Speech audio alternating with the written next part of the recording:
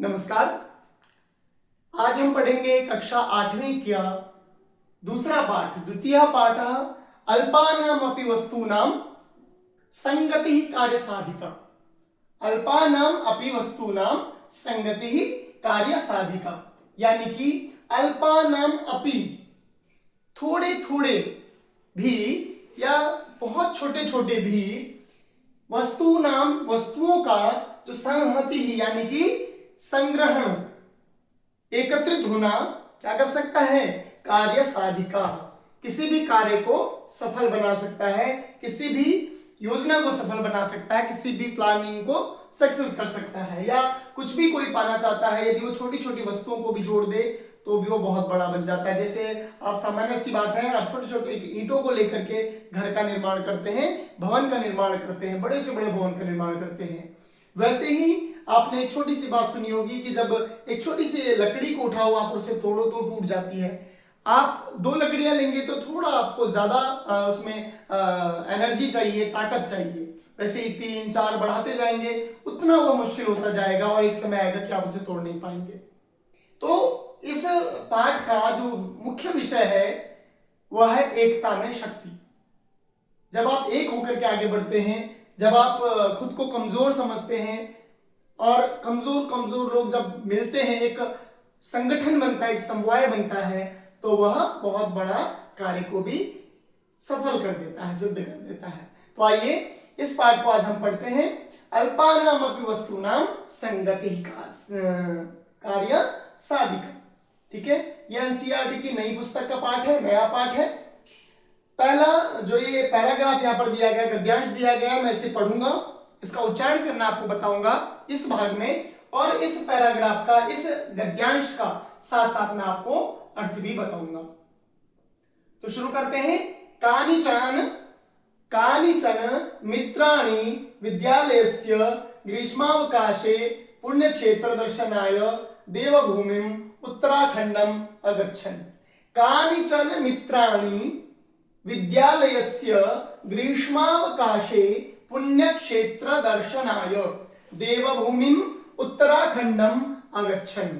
यानी कि कानिचन मित्राणि, कुछ मित्र, कुछ दोस्त है ना, कुछ दोस्त विद्यालयस्य ग्रीष्मावकाशे, विद्यालय के ग्रीष्मावकाश में, यानी कि जो समर वेकेशंस थे उनकी बात कर रहे हैं कि गर्मियों की छुट्टियों में पुण्य क्षेत्र दर्शनाय, यानी कि पुण्य पवित्र धार्मिक क्षेत्रों के दर्शन के लिए देवभूमिम उत्तराखंडम अगच्छन्, देवभूमि उत्तराखंड गए।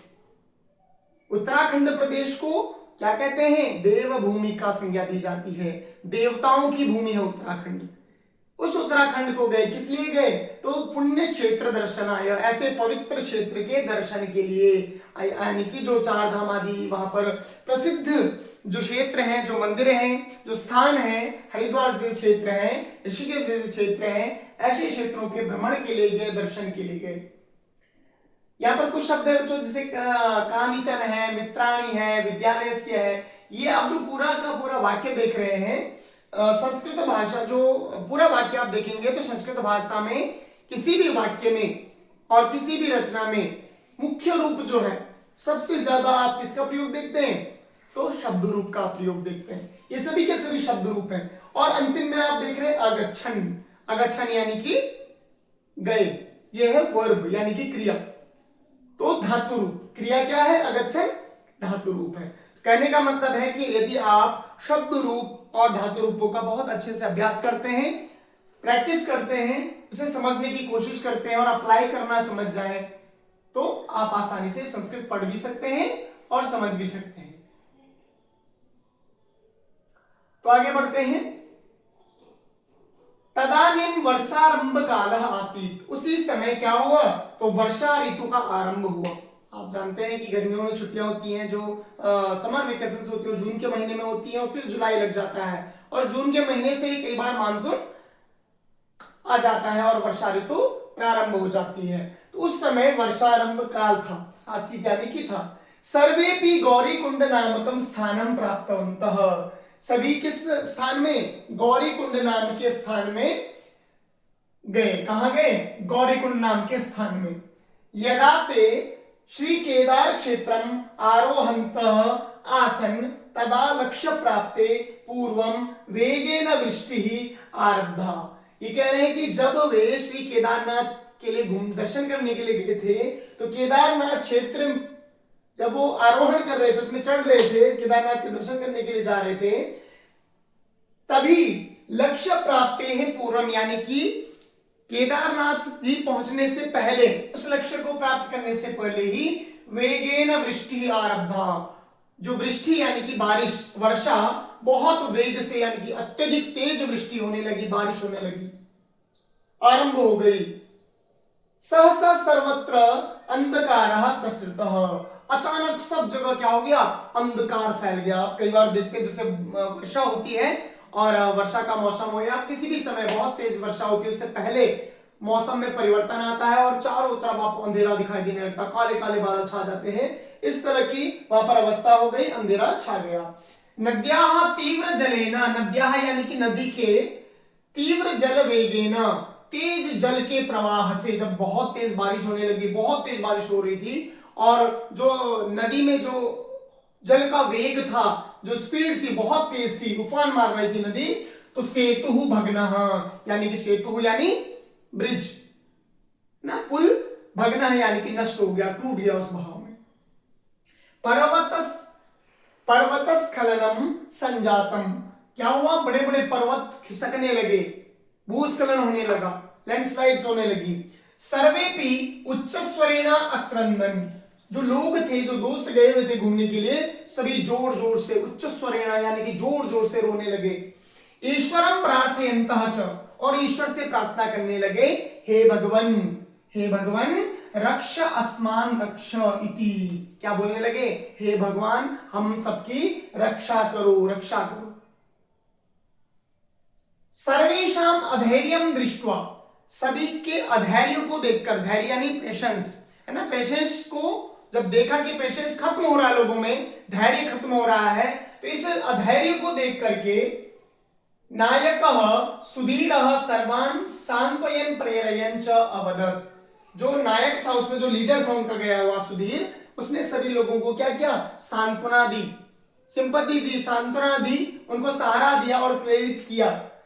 प्रेरित करने के लिए क्या किया, कुछ कहा, बोला, किनको, उन सभी लोगों को। क्यों, क्योंकि सभी लोगों का धैर्य टूट रहा था। बच्चों, जब भी हम धैर्य की बात करते हैं तो धैर्य सबसे ज्यादा यदि किसी वक्त व्यक्ति को चाहिए तो वह चाहिए समस्या के वक्त।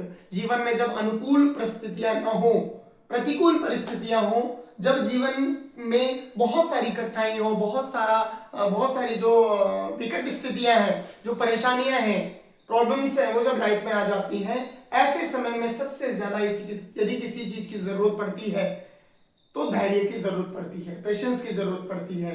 तो वे लोग जो थे वे धैर्य को त्याग रहे थे, यानी धैर्य छोड़ रहे थे, पेशेंस नहीं रख पा रहे थे और डर गए थे बहुत ज्यादा। तो जो उनका सुधीर जो नायक था उसने उनसे कहा, नायक जो नायक है वो कह रहा है, अयि भो मित्राणि अस्मिन् विपत् काले वयम धैर्यम अवलंब्य कमपि उपायम चिंतयामः। वो कहता है कि मित्रों, दोस्तों, इस विपत्ति के काल में, अस्मिन विपत्ति काले यानी विपत्ति काले यानी कि इस विपत्ति के काल में, इस विपत्ति यानी परेशानी, संकट के काल में, वयम धैर्यम अवलंब्य, हम सभी अपने धैर्य को क्या करें, बना करके रखें, अवलंब्य यानी उसके सहारे पर रहें, अवलंब्य कमपि उपायम अचिंतयत, कोई उपाय चिंतन करते हैं, को सोचते हैं, धैर्य रखो और कोई उपाय हम सोचते हैं। तो दिनेश कहता है सविषादम, अरे भ्रातः, सविषादम यानी कि चिंता के साथ, परेशान होकर के, चिंताग्रसित होकर कहता है, अरे भ्रातः, अरे भाई, किम वदसि, क्या बोलते हो, अस्माकं मृत्यु एव सन्निकटे अस्ति, हम सभी की जो मृत्यु है वो हमारे सन्निकट है, यानी कि सामने है, बिल्कुल पास में है। एवं चेत कथम उपायम चिंतनीयः, हमारे सामने मृत्यु है तो बताओ कि कैसे हम कोई चिंतन कर सकते हैं, कोई उपाय सोच सकते हैं। ये कौन कहता है, तो दिनेश नायक को कह रहा है। तो इस वीडियो को हम यहीं पर समाप्त करते हैं, क्योंकि ये काफी आपके लिए सुनने के लिए। अगली वीडियो में मैं इसके आगे की घटना, आपको बताऊंगा। बहुत अच्छी कहानी भी है, प्रेरणादायक घटना है, कहानी नहीं है, एक प्रकार से कोई घटना है। आपको मालूम है 2013 में जब केदारनाथ में उस तरह का विकट परिस्थिति हुई थी, बाढ़ जैसी स्थिति हुई थी, भूस्खलन हुआ था, बादल फटे थे और उसमें जो तबाही मची थी, उसको लेकर के ही एक पाठ है कि कैसे जीवन में आपको विपत्ति के समय धैर्य धारण करना होता है। ठीक है। और ये जो यहाँ पर नायक है सुधीर, इनका जो लीडर है, वो इनको आगे जाकर के अभी हितोपदेश की एक कथा भी सुनाएगा, कहानी सुनाएगा, और उस कहानी सुनकर के इन लोगों में थोड़ा क्या आएगा, धैर्य आएगा, है ना, धैर्य धारण करेंगे और इन ये थोड़ा सा जिनका डर है वो कम होगा। जब आप धैर्य को मजबूती से पकड़ते हैं, मजबूती से धारण करते हैं, तो जो आपका डर है उसमें भी कमी आती है, वो डर भी दूर होता है। ठीक है। तो इस पार्ट को हम आगे कंटिन्यू करेंगे। इस वीडियो को हम यहीं पर समाप्त करते हैं। अगली वीडियो में हम जल्दी मिलेंगे। तब तक के लिए आप सभी को नमस्कार।